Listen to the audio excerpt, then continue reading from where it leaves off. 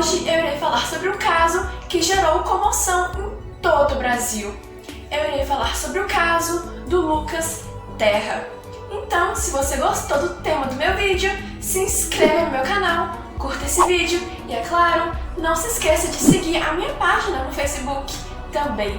E se você puder, compartilhe esse vídeo com seus amigos que você também acha que vão curtir o meu conteúdo.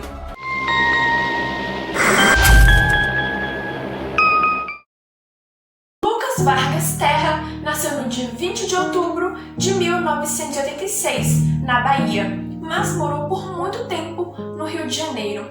Lucas era descrito como um menino obediente e muito dedicado à sua religião. Seus pais diziam que ele nutria um prazer especial em ajudar as pessoas e, quando crescesse, queria se tornar médico.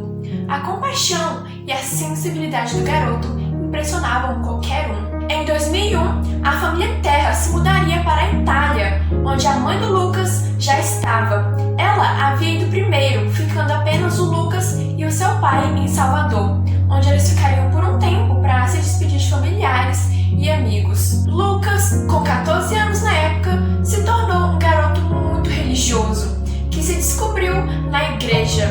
Ele dedicava todos os seus dias para a sua religião. Inclusive, fazia pregações, doava roupas, tentava evangelizar crianças, e o seu sonho era crescer na igreja e talvez ser um pastor. Mas, na época, ele era obreiro, que tinha a função de auxiliar o pastor nas atividades e na organização do templo. E mesmo sabendo que ficaria pouco tempo em Salvador, Lucas começou a frequentar uma igreja chamada Igreja Universal do Reino de Deus. E nessa nova igreja que o Lucas passou a frequentar, os membros permitiram e concordaram que o menino continuasse sendo obreiro. E nessa igreja havia um pastor auxiliar chamado Silvio Galiza, de 21 anos, que havia sido transferido de um outro templo devido a alguns problemas. Não se sabe muito bem o motivo dessa transferência, mas a explicação dada é que o pastor teria tido um comportamento inadequado. Inclusive, esse pastor tinha um estranho apelido de o secretário do diabo. Em pouco tempo, Silvio Galiza se aproximou e fez amizade com o Lucas. Mas até então ninguém viu nada de mal naquilo, pois até mesmo o próprio garoto achava que o Silvio apreciava o seu trabalho, principalmente por ele ser tão novo e tão dedicado à sua religião. O Silvio até mesmo nomeou o Lucas como seu auxiliar, que tecnicamente não é um cargo que existe na igreja, pois o próprio Silvio já era auxiliar. Sendo assim, não existia auxiliar do pastor auxiliar. Mas a desculpa perfeita seria de que o menino atuaria como aprendiz para aprender coisas que ele não aprenderia sendo obreiro. Mas o que ninguém sabia era que o Silvio havia desenvolvido uma obsessão pelo garoto. E nomear o Lucas como seu auxiliar era apenas mais um pretexto para que eles pudessem passar mais tempo juntos. E a situação foi ficando cada vez pior, pois o pastor Silvio demonstrou querer controlar o Lucas e toda a atenção do garoto deveria ser direcionada ao homem. Ele não gostava que o menino se aproximasse de ninguém e, quando questionado o porquê dessas atitudes, o pastor Silvio simplesmente disse que era necessário que o Lucas sempre o acompanhasse para assim aprender tudo o que lhe era ensinado. Mas mesmo assim, essa situação ainda era muito estranha, pois não havia motivos para tantos ciúmes. E nesse período, o Lucas havia se apaixonado por uma garota que frequentava a sua igreja, mas repentinamente o Silvio proibiu essa relação. Um dia, o Lucas e um outro menino ficaram até a noite na igreja resolvendo algumas pendências. E como já era tarde e poderia ser perigoso voltar para casa, o Silvio achou que era melhor que os meninos dormissem ali na igreja. E não havia problema, os pais foram informados, até porque a igreja é um local seguro, né? Mas vale ressaltar que o Silvio sempre convidava o Lucas para dormir na igreja. Lucas e esse outro menino, que também dormiria na igreja, foram dormir em um banco da igreja. Mas motivo, o Silvio convidou somente o Lucas para dormir em sua cama com ele.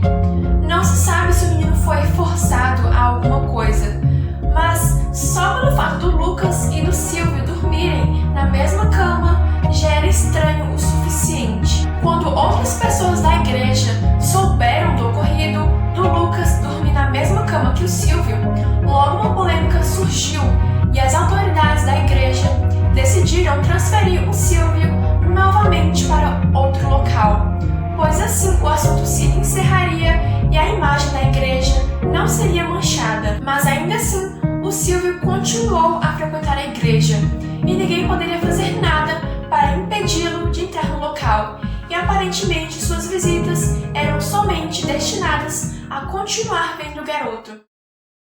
No dia 21 de março de 2001, houve um culto na igreja e após o fim desse culto, o Lucas saiu para conversar com alguns amigos e a sua namorada fora da igreja. Foi quando o Silvio, que aparentemente não estava gostando daquela aproximação, o chamou para conversar. O homem disse que ocorreria uma noite de orações em uma igreja próxima dali.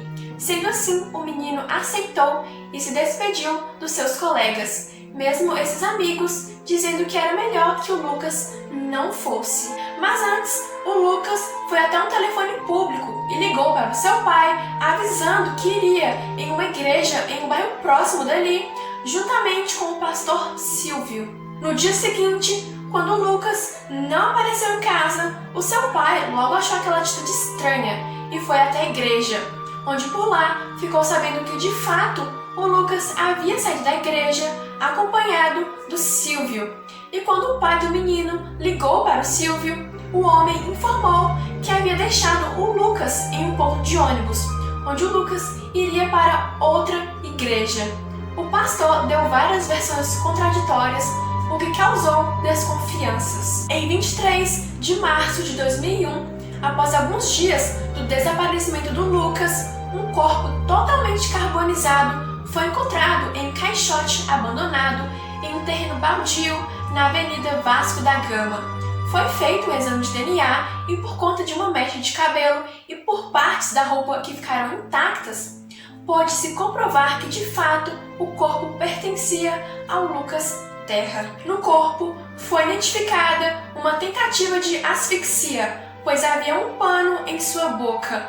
Depois ele foi carbonizado de uma maneira que impossibilitou determinar a causa da morte e se houve abuso sexual, mas não restam dúvidas de que houve sim violência sexual. O pano encontrado na boca do Lucas pertencia à cortina do templo do Silvio. A mãe do Lucas estava na Itália quando o filho foi morto, e quando ela soube da notícia, rapidamente veio para o Brasil.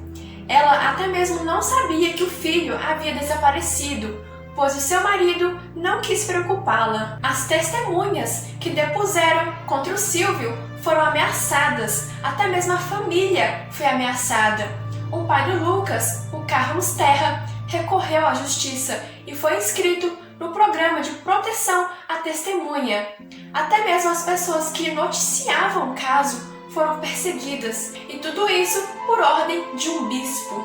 Em outubro de 2001, o inquérito foi concluído e Silvio Galiza passou a ser acusado pela morte do Lucas, mas sua prisão não foi decretada, o que gerou vários protestos. O pai do Lucas acampou na porta do Ministério Público de Salvador. A família ainda teve que recorrer aos direitos humanos, ao Ministério da Justiça, e chegaram aí na sede da ONU, na Suíça, para ver se algo era feito. Mas a dúvida que restava era: por que o Silvio Galiza não foi preso?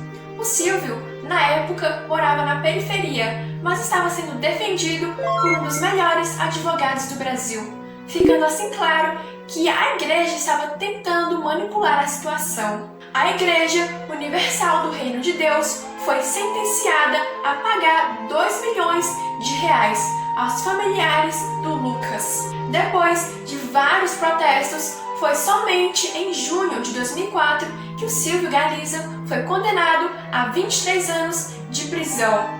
por homicídio triplamente qualificado, motivo torpe, emprego de fogo e recurso que impossibilita a defesa da vítima.